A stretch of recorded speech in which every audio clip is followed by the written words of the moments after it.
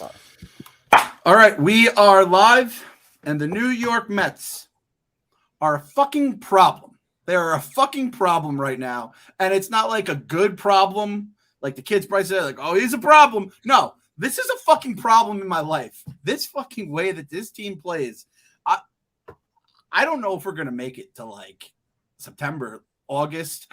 You can't just keep playing like this. You just can't keep playing like this. I said it's worse than the dark years when we used to do the podcast when they were just straight up bad.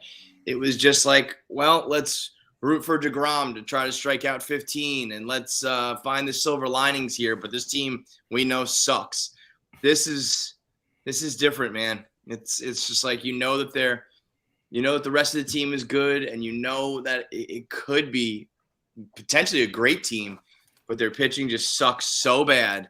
And then nothing aligns, when it's whack-a-mole. When one thing's good, the other's bad, and we just hand it back. But, I mean, that game, the 11-10 game was it for me. I mean, we saw it coming a mile away, knew it was going to happen, and when it did, it still drove me nuts because, like, that's just how it's going to go. That's what it's going to be all fucking season, man. There's not enough runs you can score to be safe with this pitching staff.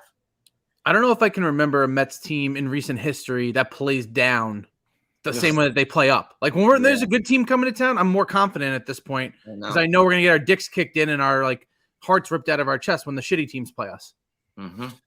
So I have some spin zones for later in the podcast just to try to, make everyone feel better. And basically my number one spin zone was, remember we said it during the season last year. We're like, all right, this team we can kick the shit out of the Phillies. The Braves, we've been pretty good against, at least until the end of the year. We're like, the Padres, though, that team scares me. That team it's not a matchup thing like basketball as much, but it's just whatever it is, the voodoo, whatever it may be.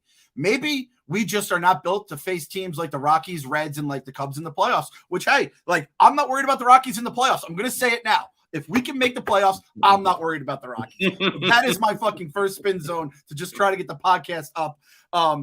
Phil, you had some good stats over the weekend that don't make me feel better. They actually make me feel worse. So how are you feeling right now, Philip? Awful. I actually went back and looked to see, we only have 13 starts this year of 6 innings or more. Yes. You know how many we had in the first 54 games last year? Let's take a guess. Oh, great. Let's guess. It's more than 13. 6 innings or more, it's more than 13. I mean, 6 innings or more. How many games? 54? 54. It's probably like 40. Yeah. You're a little too high. I'd say 28. I'd say 28. I was going to say 32. Clem, you're close. It's 20. I think I had 22 out of 54 last year. I'm surprised it's not more because, remember last year was like all odds every single day. It was like, McGill did it again. Peterson did it again. I can't believe it. Ty Walker, Carrasco, we had the ups and downs with them, but like the first half, oh my God, I feel like every start was a quality start. I'm actually surprised it's not higher. You know what I think, Kev? I could be wrong. I didn't look at the numbers. The side of that's the good side of that stat is 13-0, right? We were 17-5 last year with those starts, by the way. So, but even still, when you go 6 innings, you give your team a rest for like a day. The bullpen isn't gassed. Yeah, I could be wrong on like the numbers, Kev. I haven't seen them obviously, but I feel like there would probably be in those games, like the 22, there's probably another 10 to 15 games where the guy went 5 2/3, and then they threw in a lefty for a situational thing instead of 3. Like I can remember there was one game when Taijuan Walker went like 2/3 of an inning and he gave like 8 runs, and you're like, all right, that was just a shit game. We have those like once a week now, and then like we have games like Saturday where 2 hits every fucking inning. That's so hard to do. That was Sunday. Saturday was when it was a 6-run second. Oh, that's I'm getting my shit pumpings confused here. Excuse me. The Memorial Day throws me all off. God damn it, man. That is just fucking pitiful. But the big difference is when I'm going through it last year, at this point, Max had 6 starts, 6 innings or more. This year he's had 3. The big one is we had Bassett going 6 innings or more 8 times last year, and we just don't have that at all. Well, it doesn't help that Senga can't throw like a fucking strike in the first inning when he comes out. He's the guy who's like the swing guy that we need to be top level ace quality because you don't know what you're getting out of Verlander and Max start to start. But like the fact that we can't even pinpoint who we hate, that's when you know it's a problem because it's like we send Peterson down to AAA and now he's an all-star in AAA and it's just a fight for the bottom. Who's going to be the shittiest starter when the season's over? Because like I don't even know who I'd put my money on. Cookie is like the dark horse. That's a great question. When it's all said and done, who will be the worst Mets starter this year? The fact that it's a question is a problem. Yeah. It's good if like I know he didn't pitch the whole season or not even a third of the season. Like Peterson those numbers were so fucking bad. So bad. Yeah, but he could come back. Like at this point, as sick as it sounds, I'm like, well, maybe he's figuring out something in Syracuse right now. Bring him back up. That's how fucking twisted I am. I blamed the entire season on him like 2 weeks ago, and now I'm like, bring him back. I don't want to see Cookie pitch again, or I don't want to see McGill get his tits lit in. It is so fucking it's whack-a-mole. And I'm trying not to tell people how to fan. If you're gonna blame the like 6th, 7th, 8th guys in our bullpen for like acting like 6th, 7th, 8th guys in the bullpen, come on. I guess that's one way to get upset about it. Yeah. But it's not like they're coming in the 7th inning in a 3-2 game. It's like they're in the 4th inning of a 3-2 game, and then in the 5th inning they get their tits lit in, and then you're just like, well, it's Nogasek not going to work here anymore. This is the other thing. So David Robertson leads the bullpen in innings, 22 innings pitched, wherever it is when I checked. Guess who 2 and 3 are in innings pitched by the bullpen? Oh, God. I saw this stat. I know who it is. This is the one I saw. This is tough. It's obvious if you like watch the games. Like, damn, who's pitching every day? It feels like. Hit him, Phil. Tell him it. Tommy Hunter and Steven Nogasek. They both have like an inning less than David Robertson this year. Nogosek, but who's the other one? Tommy Hunter. And by the way, both these guys missed 2 weeks with an injury, and they're right there with innings. We said it in the group chat. Like it's almost Tommy Hunter time. You know, it's almost time for Tommy to come in and give up three home runs. I put Nogosek on the get the fuck off my team train. I can't. I mean, I really try to be tight with that. I don't throw it out willy-nilly anymore because, you know, everybody out there is just like kind of mediocre and just trying to make it work. Nogosek, no, it's no go. I can't do it. I mean, these guys are just not good. That's the problem, though. It's like they're just not – it's not like they're underperforming. These are just bad pitchers. They could be good if they're pitching like, you know, once a week, not like 3 times every other day. And then I got everyone texting me the Miguel Castro and Colin Holderman stats where they're both performing incredible. Of course. But I don't even know if they would be if they were here because they'd be getting run into the ground every day. Yeah. So do you think that the bullpen is talented enough that if we had starters doing their jobs, we would have a lights-out bullpen? Probably. I mean, I honestly think that because they wouldn't be overworked like they have been so far. I know, but some of these guys. In series, you'd have 2 out of 3. We're 13-0 when we go 6 innings. I think the numbers are right there for you to see, right? Like we would be perfectly fine. We wouldn't. It's like an umpire or a ref in a sport. If you don't know their names, it means they're doing a good job. We wouldn't even care about like the back hat, the shitty part of the bullpen, and then obviously we'd be sucking Robertson's dick for being everything we hoped he would be, and then some. Brooks Rally has not been what I thought he'd be. Drew Smith is kind of like you don't know. Oh, Drew Smith, we got to keep him away from Sports Illustrated models because this is 2 years in a row where he sees one and then the season starts to tank. Yeah, not a great look. It's funny to be a like below average reliever shooting your shot with goddamn supermodels. Like it's honestly like if I was doing it. It's like people at Barstool have like just as much clout. It's almost like, why would this even work, dude? She's going to take a look at your whip and be like, well set. Get your whip below 1.5, and then maybe we can go out on a date. I would love that too. Like the girls are talking and Kate Upton's like, did you see this guy's fucking F4? It's terrible. You can't call him back. Like leave him on red, girl. What we have to do, we got to take all these fucking bullpen guys out to a nice fucking happy hour at the bar, get some Coors Light, just have them chill out because they're being overworked. It's crazy. It's the time of the year where you're kind of just running around going crazy. I have the kids home right now. Kev has the kids home right now. We're talking snow days, unused snow days, and they're giving days back after Memorial Day. My wife's at work, so I'm home. I need a happy hour. Kev needs a happy hour. Let's be honest. The entire Mets fan base needs a happy hour. So go out, say yes to the midweek happy hours, and catch the Mets game after work. You do it together. It's a trying to think of the word without saying the word that we used to say here. It's a support group. That's what it is. And while you're at it, enjoy an ice cold Coors Light, a proud partner of the New York Mets. Cold lagered, cold filtered, and cold packaged. As cold as the Mets bats when they're down 10-1 and they don't want to put the comeback on that always comes up short. It's literally made to chill. So pair your plans with an ice cold Coors Light, the beer that's keeping New York chill. Get Coors Light delivered straight to your door with Drizzly or Instacart by going to CoorsLight.com/believe. Celebrate responsibly. Coors Brewing Company, Golden, Colorado. And we got a whole bunch of those visors still. I have some visors. I took them after the game. I know Phil took some. I was thinking next Barstool at the ballpark, maybe we'll give out some of the visors and all that stuff. Or like maybe anyone that just like watches the entire game 1 through 9 for the rest of the season. If you can prove you watched every inning of every game of this season, you deserve that Coors Light visor because it is absolutely brutal right now. Rocky series, dude. I say this every year, and I don't know if I'm alone. I hate the Rocky series. Hate them. It's a fun house. It's been a fun house since the 90s with Dante. I saw a thing the other day. Dante Bichette, his like 95 season or something, he had like 40 home runs and 140 RBIs, and he had a negative F4, right? Is that what it was, Phil? I think it was like negative B-War. It was like -2. It wasn't even close, I think. It's like the worst player in baseball, and he was just hitting bombs because that's how much of a fun house it is. And I know they have the humidor, and occasionally they go to pitching or whatever. It's the outfield is Starling Marte ran for 5 minutes and still didn't come up with the ball. And that's when everything changed. Like, are we gonna agree? Like, people are like, "Oh, it's that Starling Marte cost them 4 runs by putting him in center field." It's like that would have been a ridiculous play for anyone to make. First off, like Starling Marte was our center fielder when they got him on the team. Everyone was like, "Yeah, get Brandon Nimmo to left field." Instantly, I don't know. The only thing you can say is like Nimmo is superhuman at this point. He might have made it. That's the only like counterpoint you could have in this, I think. But yeah, I can't blame Marte at all for that shit. You kidding me? That lineup was a little wild though, putting Vientos at third base.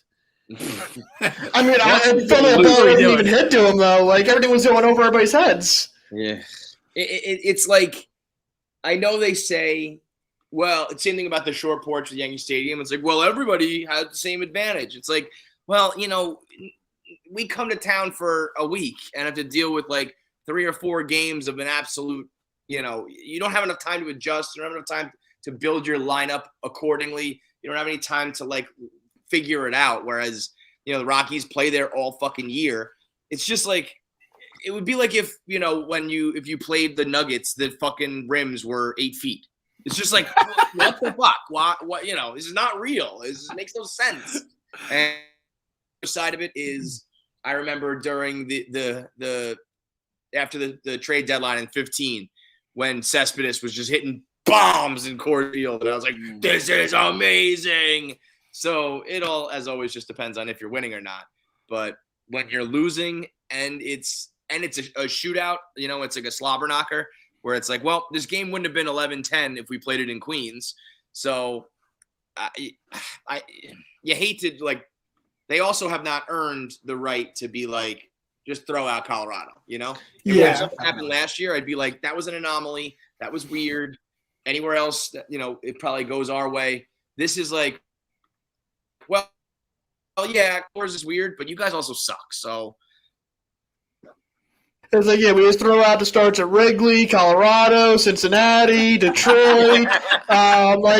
Half these ballparks are just not for us. It was a windy day in Detroit, guys. Everyone forgets it was a really windy day and it was cold. Like I can't do it with kids' gloves anymore. I mean, we are a third of the way through the season. Memorial Day has passed. Like you said, this is when you kind of know what team you have. And now the next third is how do we get better? And then the last third is a fucking race to the finish.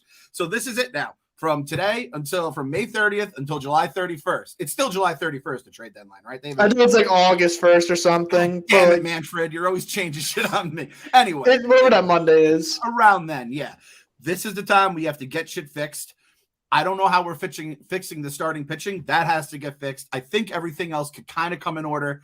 But the one thing we don't have to get fixed is the catcher position, which thank God we didn't trade that guy for JD Martinez last year, right? Or any kind of rentals that people were throwing out. Juan Soto and nobody else should this guy have been moved for. My dad, Papa Clem, was at the house. Two things about Papa Clem. He was at the house for the Sunday game, which was quite a spectacle. And he just goes like this. He's like, oh, just hit another home run. Like, he was just so distraught by the end of that game. It was so great to hear. I haven't heard that side of him in a while. But he goes to me, he goes, they should really move Alvarez up from the 9-hole. I go, Dad, he's in the 2-hole today. He's like, what? How the fuck does this guy go from the 9-hole to the 2-hole? He did the reverse A-Rod with Torrey. Remember when Torrey had him like 3-8? Yep. And the guy fucking hit a bomb. He does not give a fuck. Francisco Alvarez, our God, Frank the Tank. I'll tell you how you do it. You hit a 3-run home run every fucking time you're at the plate. He's missed a 3-run home run. He's doing it in clutch situations. He's hitting bombs. He is El Troll out there and it's just so special when it comes from a catcher. Like, when you get that sort of production from a position that is so, historically and typically garbage behind at the plate, it feels like, see, that's where it's like, it's a bonus that they've got. You know what I mean? When you have a second baseman and a catcher that can hit, it's like, now go fill everything else in where you can get out. You should have outfielders that can hit. You should have guys on the corners that can bop. And now if we potentially get like 30 home runs from behind the plate, that is an extra that no other team really gets to, get the same benefit from, with the exception of a couple who have good prospects as well. It's like, it's more than 30 home runs. It's that extra bump that you get from it being a catcher, and they need to like capitalize on that. But when he's, one of the few guys out there doing it, it becomes tough. I don't think he should ever be batting past the 5th spot at this point. If they want to move him between 2 and 5, like, that's fine. But like, there's no other reason that he should be hitting any lower than 5 at this point if they need to score runs. The only thing is if you're playing by like, the unwritten typical rules of baseball. He's a rookie, you're a veteran, righty, lefty, blah, blah, blah. You're going to do all sorts of shit like that. But like, when you're just talking about the level of production we need and the guys who can provide it, he's one of them. That's it. I don't care how young he is, how many at-bats he has, what the splits say, what the, matchups might be. There's nobody else worth putting in those spots. When you said with the catcher, the advantages you get from having a guy that can hit like that, it's one of the rare things we've had as Mets fans. We've always had starting pitching, and then we had fucking catchers that would hit the shit out of the ball. You had Hundley, you had Piazza, and granted, this is me and Kev during our lifetimes, and Kyle as well. And then, Loduca was pretty good for what he was, right? Yep. And it's always been like Carter. Gary Carter, yeah, you even go back further. Rich history of catching. For sure. And it's like, and I've had this in fantasy the last 5 years. I was keeper. Having Travis Kelce at tight end, it's like, I have him. Now I just fill out everything else because I have such an advantage. I am better at tight end than I am over everybody. And if I can just find the quarterback and maybe reach for the running back and kind of fill it out, we have such an advantage there, which again, if you're starting pitching, you're just going to give up 10 runs a game, you're fucked. But it seems like he's doing good with the framing and, watching the games, it looks like it. The stats say it as well. And then I think I saw a stat. I don't know if you saw, Phil. I think since he's taken over, or at least in the last month or so, he's like second in catching and slugging behind only Murphy. Yes, right? I'll say this. Last year, we used to always look up fan graphs and see like all these cool stats about how good the team is. Now it's just, Francisco Alvarez stats. That's the only thing that's making us happy. It's that and Pete Alonso leading in home runs. Yep. Yeah, I think it was Sean Murphy won, which of course the fucking like you said, Kev, only a few teams. The Braves are one of those teams that always have that advantage. It's McCann. It's fucking who's the guy that got caught cheating the other day who admitted it? Gaddis? Was Gaddis on the Braves? He was years ago, right? And like they've always had a guy, Javi Lopez, and even obviously now the last year they had Contreras and Darno. Now they have Sean Murphy, who is going to motherfuck us for a very long time. I think Salvador Perez is third, and if you have this young guy who's like 22, or is he 22 or is he still 21? 21. Alvarez is only 21. So it's like you have a guy like that doing this. It's incredible to watch. The worst part is Alvarez and fucking Murphy are probably making the same money. Was goddamn That's probably true. Now here's the inevitable question though. Every single time you have one of these, is do you try to extend his career? Do you put him as a DH? Do you explore other options? I mean, we've seen plenty of catchers playing fucking first base that I do not want to go down that road. I hate that road. But now that there is the universal DH, I'm always like, play baseball, play the fucking sport. If you're good at catching, you came up catching, you are a catcher, just be a catcher. And you know what? If you can only play 12 seasons instead of like 15, 16, something like that, if you're that good, I don't know, so be it. Because 12 at catcher, like I said, is so much more valuable than just another DH clogging up that spot in the lineup. That's not something they have to even address, though. Like 28, if you want to have that conversation again, like that's fine. And it's nice to know that they have a backup catcher or two that can also field the position, and then you just give them like some days off throughout the year to keep fresh. Right. I was about to say, do we care who they keep a backup catcher between Nito and Narvaez? Like it's people make it a thing like, oh, this could be Nito's last week with the team. It's like there's so many things with the pitching staff. I do not care who's our backup catcher, and I like Nito, but we have bigger problems. I would like it to be Nito because like he's our boy, but and cheaper. Yeah. Yeah, and that's something that you're gonna like. That's probably a piece they're gonna move. You can move a catcher, even if he's like a backup catcher. If he's just a major league catcher, a team might need that. I mean, fuck, we feel like we needed that all last year, right? We need another catcher because James McCann is killing our team right now on an active basis. Yeah, and the good thing is, Kev, if we have that conversation in say a year or two, like, let's be honest, it's always like you find the weakness in the guy, and then it always happens. Like Murph with the grounders or whatever. I feel like Alvarez getting hit with the backswing. It's like after the 6-1, we're like, all right, we have to move him out of catcher because he cannot avoid the bat. Unfortunately, he was more of that ability. If only there was a guy the Mets drafted, say last year, with their number 1 pick they got because they didn't sign Kumar Rocker, who was like the best catching prospect of the season. So look. Everything might be all right, guys. I'm trying to look at like the glass half. No, listen, everything will be all right. I think there'll be a 500 team. Every week we meet and we say the same thing. It's like the opportunity was there for a winning streak. The opportunity was there to win the series, and we blew it. And when we need our pitching to be good, it won't be. When we need our offense to be, it'll be vice versa. And you just hope you got to make it to the deadline. You got to hit on your deadline moves, and you got to get to like 88 wins, and then you pray to God. Then you pray to the baseball gods that, some shit goes wild. But it's not going to be like, I don't think. Baseball's crazy. We've seen throughout the years of the Mets dating back to 69, you can be 10 games out with a month to go, and it can all click. But more than likely, what it's going to be is what we've already seen, which is just like hell. Just not enjoyable, and it'll be what it is. We can go back in a month and see like what we actually think. If I told you we go 500 in June like last year, would you take that? Absolutely. Totally. So it'd be a 500 team on July 1st. I said it today. I tweeted it out, the Stop the Swoon movement, because if you look at the schedule, it does not look like we are in a good position for anything. I'll give you the rundown.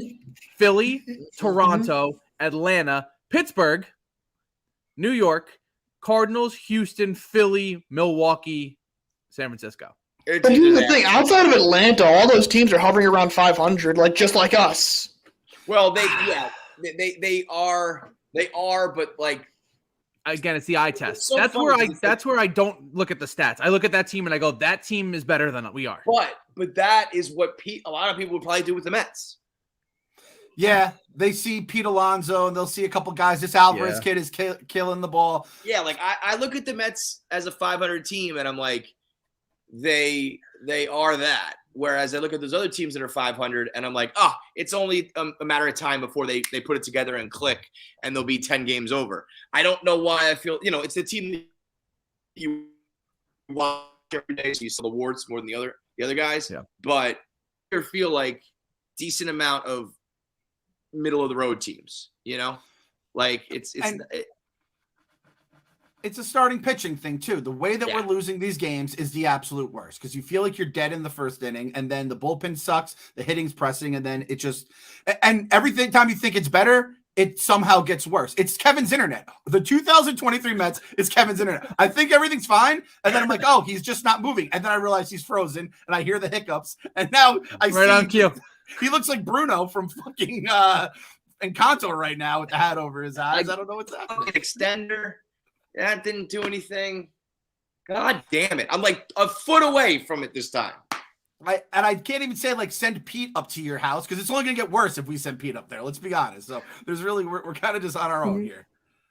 Well, speaking of, I got to go do the rundown anyway. It'll be a better show without me ruining it. I'll go ruin that show now. You're out of here. You're out of here. I'm throwing Kev out right now. So we're gonna head off to what's coming up next, and that is presented by the Barstool Sportsbook. Our new pen overlords are here with our Barstool Sportsbook that we love so much. I'm not gonna lie, boys.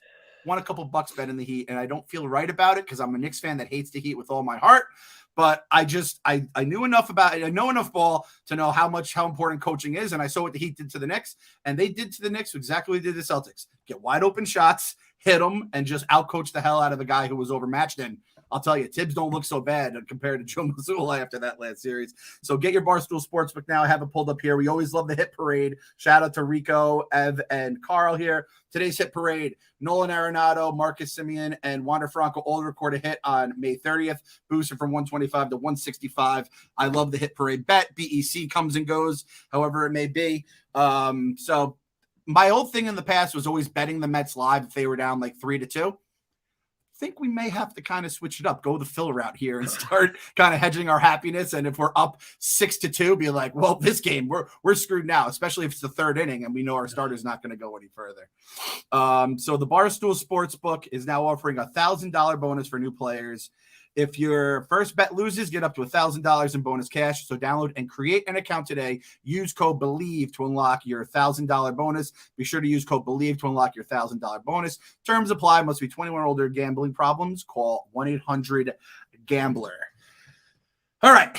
Kev's out of here. I think he would have liked this thing, though, because am I crazy? We're going to play the game Am I Crazy with the fellas. Am I crazy to think that maybe, just maybe, the Philadelphia Phillies are exactly what we need after last year? I think they're the exact same team as we are, in all honesty.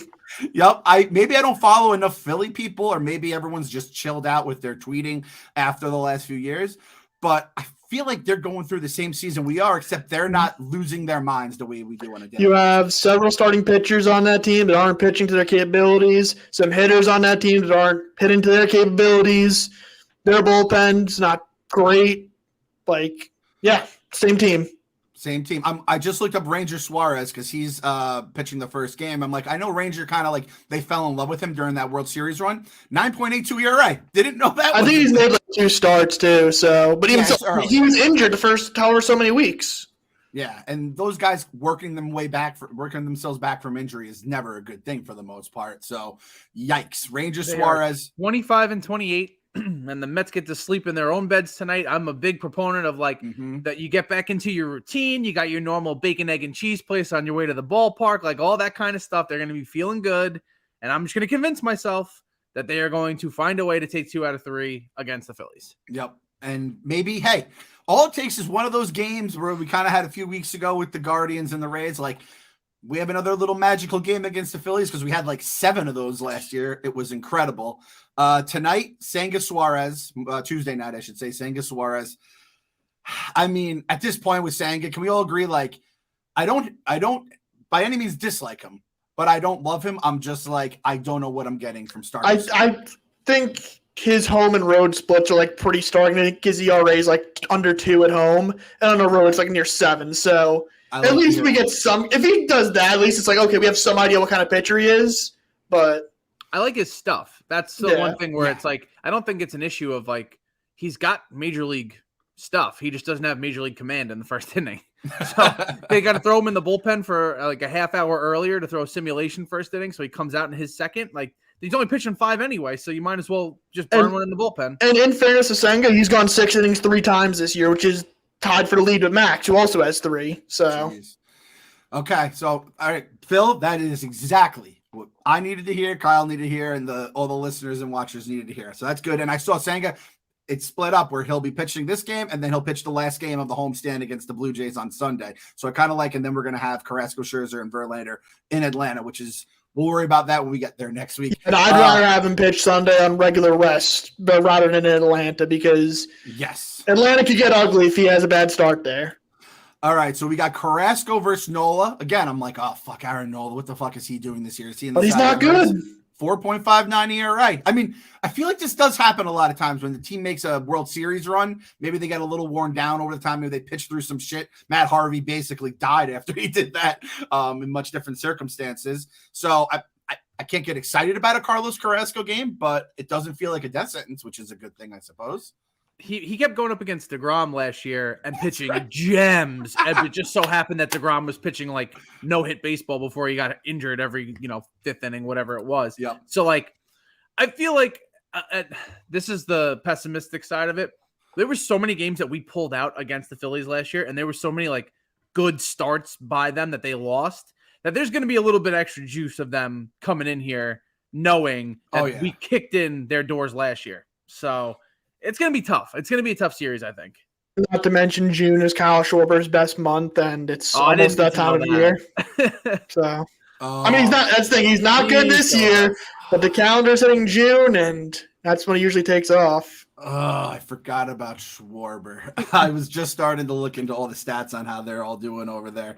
The last game of the series, Max versus Taijuan Walker, 5.57 ERA. Second half tie has made it to first half tie for them, unfortunately, for them, not for us. But like with the Mets, I mean, after seeing what Stroman did too, it's like I'm just waiting for the revenge games to come out, and you just wait for a 3-1 loss. You're just like, God damn it, why can't he do this? Fucking pitch like he has all season against us. But I really wasn't too bummed when Ty left, so he did his job. He was a good guy to root for like 2 years, and I had no hard feeling whatsoever with him. I did not want to give him that contract. I'm sure Philly right now is feeling regrets from it. Yep. Definitely. And then we'll just go because this is something like Trey Turner, Philadelphia Philly. He's struggled. I don't know if he's heated up lately, but I'm looking just kind of at the stats here. Schwarber's batting 168, has 13 bombs, though. Did you see that Harper stat the other day? He had 3 home runs and 8 RBIs. So this is the kind of he's been completely locked in, and he didn't have any rehab off of Tommy John whatsoever. Like, he's just a different player. It's crazy, man. He's put together one of like the greatest comeback stories of all time, and it's just going on deaf ears because the Phillies are, again, everyone's kind of just like in their shit right now. I've realized how many fan bases do you think are like legitimately thrilled with the way the season is going? Like Pirates fans, because they're like not complete shit. I don't even know if Pirates fans are happy. They were like 20-8, now they're under 500. I mean, you're kind of like a pseudo Pirate fan yourself, Phil. So how do you feel right now? I mean, I follow Pirates fans, and they're not happy with their team. If you're asking me teams that are probably happy with their record, Dodgers, Rays, Orioles, Rangers. That's probably about it. I don't even think Braves fans are that happy, considering they lost to the A's last night. And the A's losses count towards 10 in the standings, I was told. Man, I'm looking at the NL East right now. The Braves have a positive plus 57 run differential, and everyone else is in the negatives. Yeah. We are second, though. We have negative 13, and everyone else has worse than us, believe it or not. So, and we're only 5 games back. Baseball's so weird. It's so weird. It's so stupid. There should be like baseball podcasts. We have a twice a week baseball podcast. It should be like a once a month podcast is what it should be in terms of the games. But the way it all plays out, like we kind of just doing it the way we are. Because again, there's so many stories that are told over that time. So yeah, I think you're right, Phil, though. The Dodgers, I mean, the Rays fans are in heaven right now. Like all 17 of them are just having the time of their lives. Orioles fans, I love seeing the Orioles fans being happy, which by the way, it's getting to the point now where all the Rutschman talk, and it's like, hey, there's a guy in Queens over here. I've seen Mets fans starting to prod a little bit. It's like, guys, let's just settle down. But you know what? Get in the mentions. Have your fun. There's nothing else to root for right now. And just a reminder, when Adley Rutschman was Francisco Alvarez's age, he wasn't even drafted yet. He was his last year of college. Yeah. So if you're ever feeling down about yourself, just look at the Francisco Alvarez highlights. It's going to make you feel better. And yeah, the Rangers have been awesome too, and that's again, like without DeGrom's not back yet, is he? No, I mean, the secret to having a good team is just having Jacob deGrom on your injured list, it turns out. So he's a really good clubhouse guy, maybe. He just keeps everyone loose around. He's like the the horses, like the race horses, they have the little animal that sits in the club, in the stall with them. That's what Jacob deGrom is. He's just an elite fucking like pony that sits there. Or maybe just the thought of having him on the injured list, knowing like, oh, we'll get him back at some point. It was like give the guy some juice, like, damn, we keep trying hard, he's gonna come back, and we're gonna really take off. Yep. And that's the thing. You said the starts 6 or more. That was without deGrom last year. He didn't push till August. Yeah. And then Max was already starting to miss stuff, I think, by this point. At this point, Max had his lat in, well, not whatever it was, this area. Oblique? I forgot. Oblique, there we go. Yeah. So, again, There's also a chance it goes really wrong. I'm not going to try to ignore that. I'm a Mets fan. I've been around long enough to know how this all goes. But it does feel like the Phillies, probably feel like they have to give us something back after last year because they gutted them 1,000 different ways. But, I mean, they're going to have to go out and do it because we were talking about all the shit that's wrong with our team. Their team is, having all the same situations. I can only imagine if Trey Turner signed here for that contract and he was batting .243 right now with a .671 OPS. Francisco Lindor, we all know how he started here, right?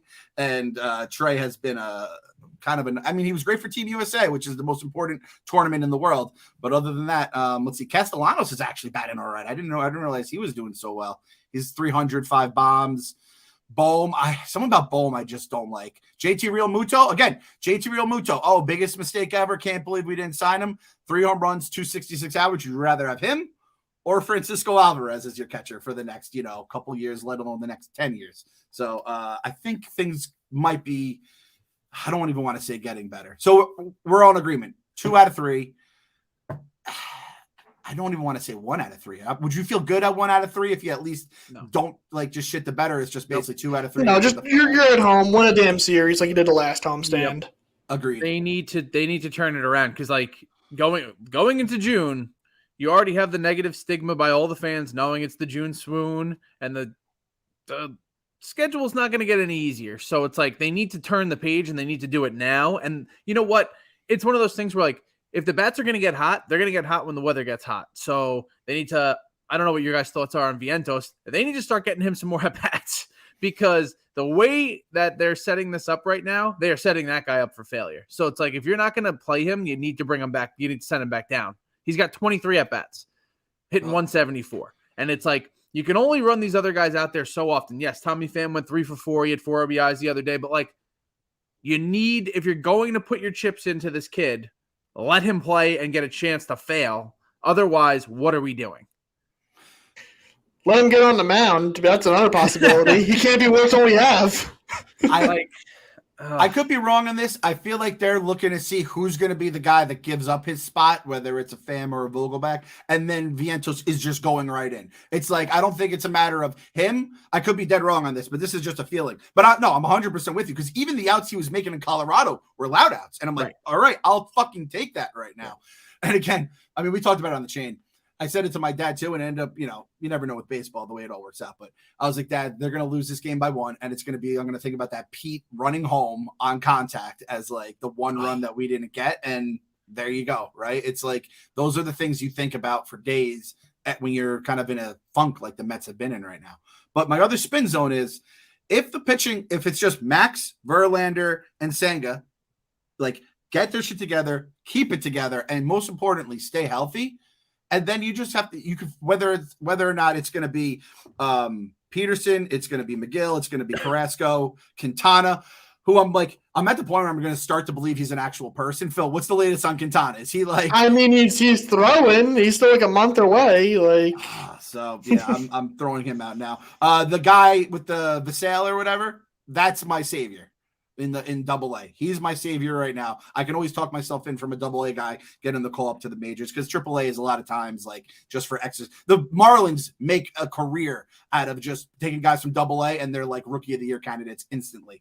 Yep. So I can convince myself that everything will be all right as long as those 3 guys, it's a big if, but if they put that shit together, then the 4 and 5, your 4 and 5 are never going to be the strong part of your rotation. That's the whole reason they are where they are. So that's kind of my spin zone. If we could just get these 3 guys on track, 2 horses that have done it a million times, and 1 guy who's fucking 30 and hopefully is used to the different mound size, the different ball size, we could go on a run here. All you got to do is just win a couple games, lose 1, win a couple games, lose 1. That's the fucking ramblings of a lunatic, but that's where I am right now. Kyle, where are you at right now? You feeling good? 1 to 10, how you feeling? Let's have the pain scale right now, at the hospital. 1 to 10, where are you right now? 1, uncriticizing. 10, we're winning the World Series. I right now would put it at 6.5. I think that's fair, lukewarm, because there's enough where you're why aren't we winning these games? We're scoring. Usually we don't score. That's the problem. Now we're scoring, and now the pitching sucks. It's they have to at some point put it together. Law of averages. All right, Phil, where are you at? 1 to 10. I was at a 3 on Sunday. The off day let me cool down a bit, so now I'm up at a 5. You're at a 5? 500 out of 5. Okay. Okay. Clem? I'm at a 6. That was my like gut take. You said 6.5. I'm like, ooh, do I go up to the half? But the constant like, I'm in fear of the starting pitching every single day, and that's how the game starts, obviously. And then if they falter, even if it's like first and second one out, I'm like, oh, this is going to get ugly, and that's just no way to be living life as a baseball fan. You can't just be scared of first and second one outs, but that's kind of where we are. And every time Max or Verlander, has a rough outing or a rough inning, I'm like, are they hurt? Is it because they're old and they're just going to fall off a cliff? So 6.5, 6, 5. I'd love to see the chat. You guys give us your numbers 1 through 10. But it starts here. Starts today against the fucking Phillies. You know what? I'm going to do this too. Kev's like closer to the wall. In the next like couple weeks, I'm going to his house and I'm taking my brother who's like kind of a tech whiz and we're fixing that fucking internet.